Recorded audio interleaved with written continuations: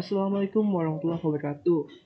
Perkenalkan, nama saya Muhammad Fadil Al-Aswani dengan NIM 207016095 akan menjelaskan perihal hasil survei melalui media online mengenai kisah survive penyintas HIV di komunitas kumpulan dengan segala aksi kemanusiaan atau Poldesak dalam berjuang melawan stigma dan diskriminasi. Dalam yang ada di dalam video YouTube Perspektif episode 16, yakni cerita hidup penyintas HIV dengan narasumber Andrianus Wijarnoko atau Koko, usia 24 tahun, pekerja sosial LSM Poldesak yang terdiagnosa HIV sejak 2016. Lalu ada Radias Hages Trianda atau Hagis Budiman dengan usia 38 tahun, yakni pekerja sosial LSM Poldesak yang terinfeksi HIV sejak 2006. Lalu ada Mbak Dina atau dipanggil Dina, usia 34 tahun, yakni ibu rumah tangga yang terdiagnosa HIV sejak 2007. Lalu ada Topit, 29 tahun, karyawan swasta yang terinfeksi sejak 2017. Nah, pertama ada HIV atau AIDS menurut narasumber. Koko memandang HIV sebagai ia membandingkan AIDS dengan kanker dan menganggapnya sebagai tahap lanjutan dari HIV. Lalu Topit menyoroti fase shock yang umum dialami seorang saat pertama kali mengetahui status positif HIV. Memang rata-rata kebanyakan orang ketika mengalami atau mendapati bahwa dirinya positif HIV, mereka kaget. Lalu Dina menggambarkan perasaan isolasi awal ketika mengetahui status HIV. Tapi ia merasa lebih kuat setelah menyadari bahwa orang lain yang memiliki kondisi serupa. Jadi awalnya ia kaget gitu. Namun ia sadar gitu atau lebih legowo ketika bukan hanya dia doang yang terkena nih gitu. Setelah itu Hages mengakui bahwa stigma awal membuatnya merasa sangat takut. Tapi pemahaman yang lebih mendalam tentang HIV memberinya keberanian menyatakan bahwa HIV tidak seseram yang ia kira. Nah, saat-saat awal didiagnosis HIV, Koko pertama kali mengetahui HIV setelah didiagnosis dengan radang paru yang parah. Tes HIV dilakukan setelah ada indikasi TB yang mengindikasikan kaitan erat antara HIV dan penyakit lain seperti TB. Topik menggambarkan pengalaman saat diagnosis HIV yang membuatnya merasa seperti dunia terbalik. Dini yang mengetahui status HIV-nya setelah suaminya dirawat di rumah sakit. Ia merasa beruntung karena anaknya negatif HIV. Hages mengetahui status HIV-nya setelah suaminya yang mantan narkoba sakit parah. Ia tidak terkejut ketika didiagnosis positif karena menganggapnya kecil kemungkinan untuk terbebas dari virus. Jadi ia kayak udah pasrah gitu karena ketika suami dites HIV positif ya karena mungkin mereka suami istri jadi dia udah pasrahkan saja kayak saya juga kemungkinan kecil gitu kalau untuk negatif dari virus ini gitu. Selanjutnya ada respon keluarga dan orang terdekat saat awal didiagnosis. Nah, Koko mengalami reaksi marah dari orang tuanya namun ia mendidik mereka bahwa HIV tidak mudah menular.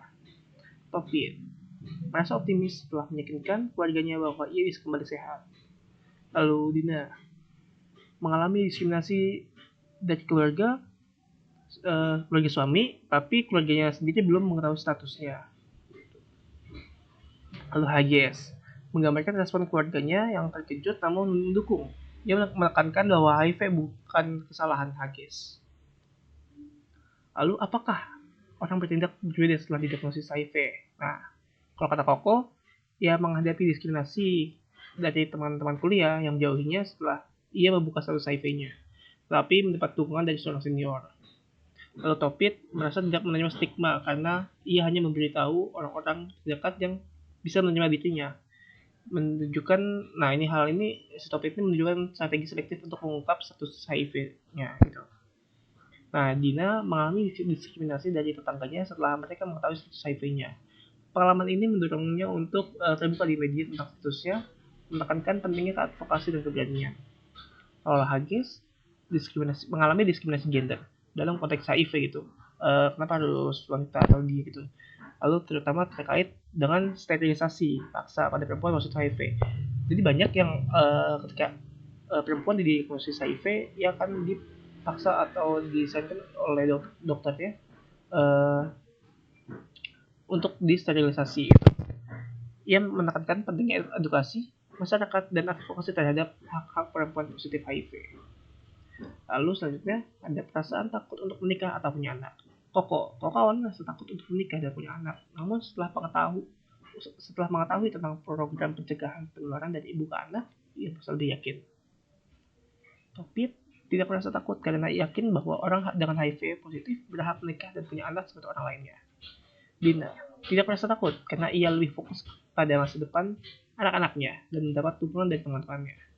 Hages. Nah, Hages ini awalnya takut untuk menikah setelah menjadi janda gitu. Nah, tetapi setelah mendapatkan edukasi tentang HIV dan ARV, ia merasa percaya diri gitu, mendapatkan rasa percaya diri ia untuk menikah dan punya anak. Nah, selanjutnya gimana sih cara bangkit mereka gitu setelah mengetahui positif HIV atau AIDS.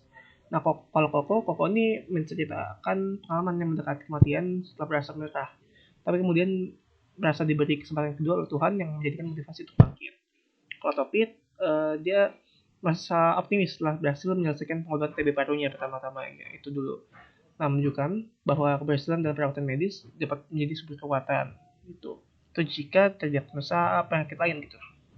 Nah, Dina mendapatkan dukungan dari teman-temannya, terutama seorang teman yang memberikan semangat. Nah, kalau Hages, dia menemukan motivasi untuk bangkit setelah suaminya meninggal, dengan keyakinan bahwa anaknya masih membutuhkan dia.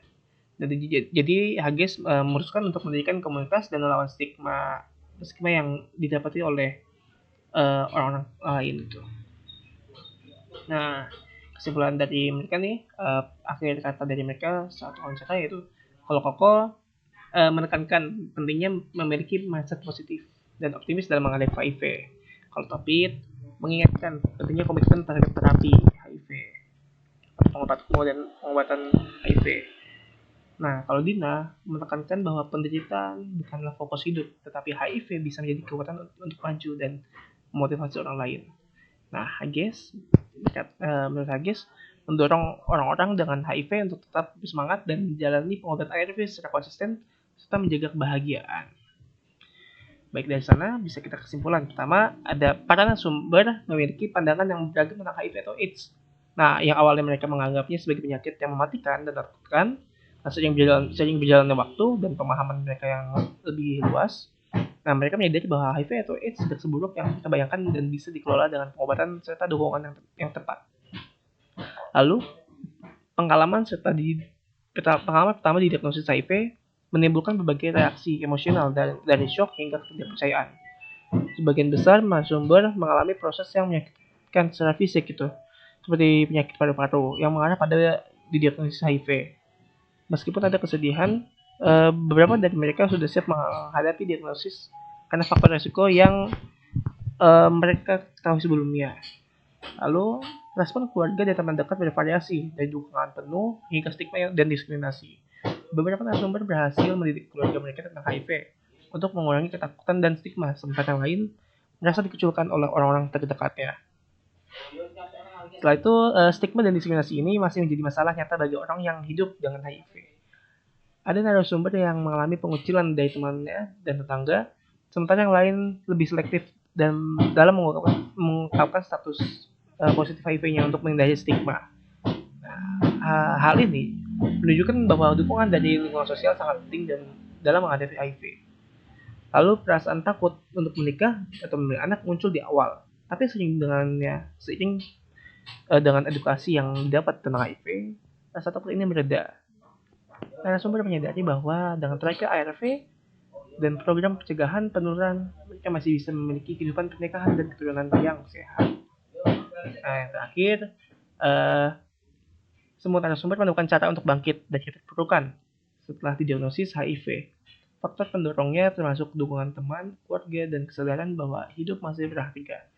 Mereka mendapatkan motivasi dari orang-orang terdekat atau komunitas serta dari kesadaran akan tanggung jawab mereka kepada keluarga, terutama pada anak-anak. Pada akhirnya akan lebih baik agar orang yang hidup dengan HIV tetap semangat, berkomitmen dengan pengobatan, dan berpikir positif. Ah, kalau menurut orang-orang yang tadi yang terkena HIV tadi, ia berpesan agar orang yang kena HIV itu tidak menyerah serta tetap menjalani kehidupan dengan bahagia dan produktif meskipun menghadapi tantangan HIV. Nah, edukasi, dukungan sosial, dan pengobatan yang tepat sangat berperan dalam membantu individu yang hidup dengan HIV untuk menjalani hidup dengan optimis, produktif, dan tanpa rasa takut akan stigma-stigma yang akan terjadi. Makanya itu, ketika ada orang HIV, kita harus support, bukan menjauhinya. Terima kasih. Wassalamualaikum warahmatullahi wabarakatuh.